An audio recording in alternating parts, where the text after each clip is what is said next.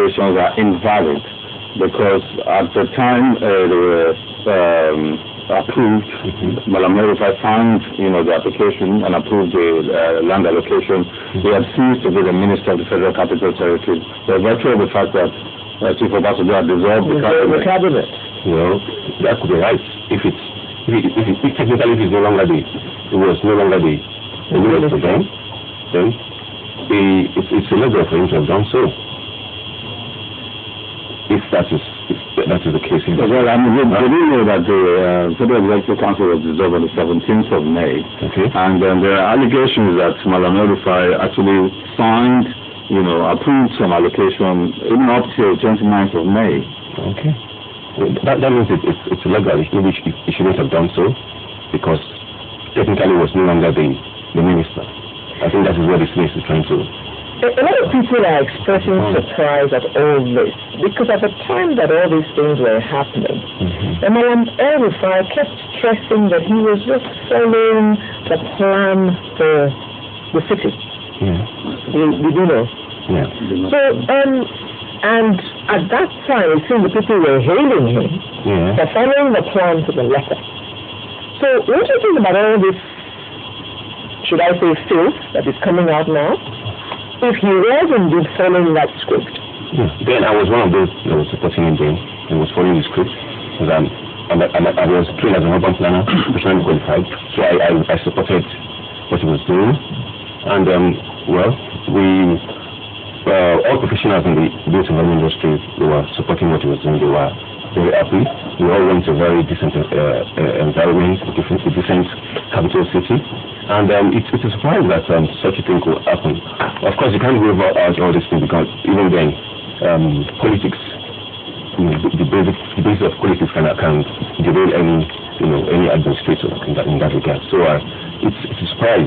But I think to some extent it was sincere in trying to follow the plans to the letter. It's just that maybe towards the end, all kinds of pressures now came to play. Now, the House is supposed to be investigating the activities of the FCT ministry between 1999 and 2007. But all we have heard from them up till now is El-Rufai. It's interesting. Oh, yes, I find that very interesting. I'd like to comment on that. Along the line, of course, we had some clashes with the legislative houses, and I will be trying to get some things back. He was very dynamic. He was very outspoken. He spoke his mind at times to the extreme. Maybe they're trying to get back at him. Now, still looking at this conspiracy theory, I mean, there are those who have said all of this is politicking and is of witch hunt of the person of Malam El-Rufai because of some of the decisions they took, demolished houses of some prominent citizens, including senators, even senators at the moment, and some of the comments he made about saying the lawmakers are fools or something at some point. And so to what extent can we say all of this is a witch hunt? Looking at the whole scenario. Even before he became the minister, I knew him as a prominent and straightforward school surveyor. He had a good practice, and within the professionals in the consumer industry, he had a very good reputation. And we just felt that he carried it on into government when he was made the minister. I believe the witch hunt, to some extent, there's some sort of witch hunt. Along the line, he might have derailed in his policies, in his work, and I think to like extent there is some extent of witch hunt going on.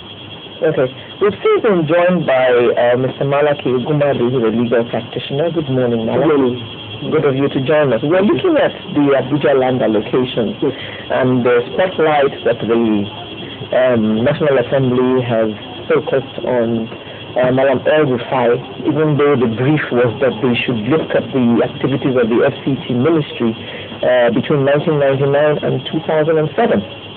But everything that we have heard so far seems to be El-Rufai centric. But there's the issue of El-Rufai is in court. And we're told that when the National Assembly tried to discuss this issue in August, they were guided by the fact that the matter was sub judice. When the matter was raised again in October, the same thing happened. But it didn't seem to stop them in January. The matter is still in court. And yet, all this is coming out, and it didn't stop them talking about it and dealing with it.